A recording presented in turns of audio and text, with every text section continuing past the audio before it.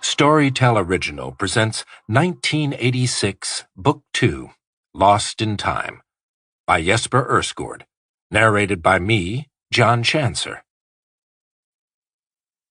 Part 1, 1628. Saturday, August 9th, 1628, early evening. Times were strange, brutal and unpredictable, dark and ominous. Count Gideon Bark stood by the edge of the water in Ladugårdslandet and looked out over the bay towards Stockholm. The waves surged to the shore, and the smell of the cultivated land behind him filtered out the stench of excrement from the capital on the other side of the water. Gideon impatiently squeezed the hilt of the rapier that hung in a belt over his right shoulder. Life was immensely more complicated now than it had been in his father's and grandfather's time. The last 10 years had brought a darkness deeper than any other in the last century. Something had happened.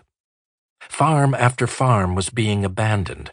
The poorhouses were overflowing with the wretched and the shattered. Luxury goods that were previously easy to sell in markets all over Sweden were suddenly hard to move and increasingly rare.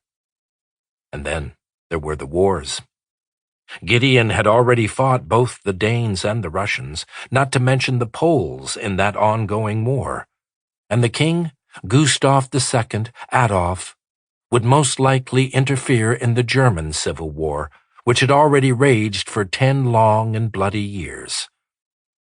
Sure, war is probably inevitable, Gideon thought, even a natural course of life. But did God really want him to only be alive during years of strife? On this particular day, however, it wasn't the eternal wars or the unstable economy that made him gloomy. Gideon pulled the rapier out of the belt and critically eyed the sharp blade. He was 28 years old and had managed to kill 9 men with his rapier. But today would be the first time he had killed off the battlefield. Today he would kill a Swede, a friend even. Another count's blood would stain his blade. He raised his eyes and gazed toward the township of Norra Fordstaden in Norrmalm, where someone came riding at full gallop. Should be news, he thought, stepping away from the water's edge and walking to the side of the road. While impatiently waiting for the rider, he lifted his wide hat and wiped the sweat from his forehead. Summer was coming to an end, but sometimes the heat lingered into the night. The rider slowed down, and Gideon recognized his stableman, Henrik. The gray horse snorted and stomped around in front of Gideon, who grabbed the reins to keep it calm. "Any news?" he asked. Henrik nodded and smiled. "We've found him. The farmhands spotted him in Stockholm. He was walking into one of the new stone houses on Prästgatan." Gideon blushed briefly and couldn't hold his gaze.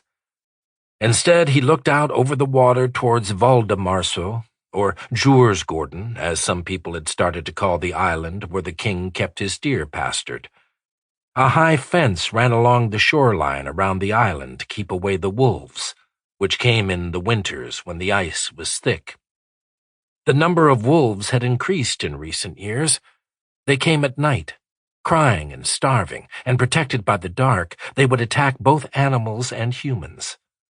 They ravaged indiscriminately, like death itself. Gideon sighed. The whole world seemed to be distorted and evil, and now Casper Sperling was obviously being intimate with Gideon's wife on Prästgatan. "Is he committing adultery in the chaplain's dwellings?" he eventually asked with a thick voice. Henrik grinned, displaying a row of black, rotten teeth. He was heavily built with rough features. A scar ran from his forehead down his nose to his mouth. "He is not the first to bribe the priests. They won't say no to a penny or two." Gideon gave him a disapproving look. "Bring him here." Henrik spat, and thick yellow phlegm landed on the ground. Sample complete. Ready to continue?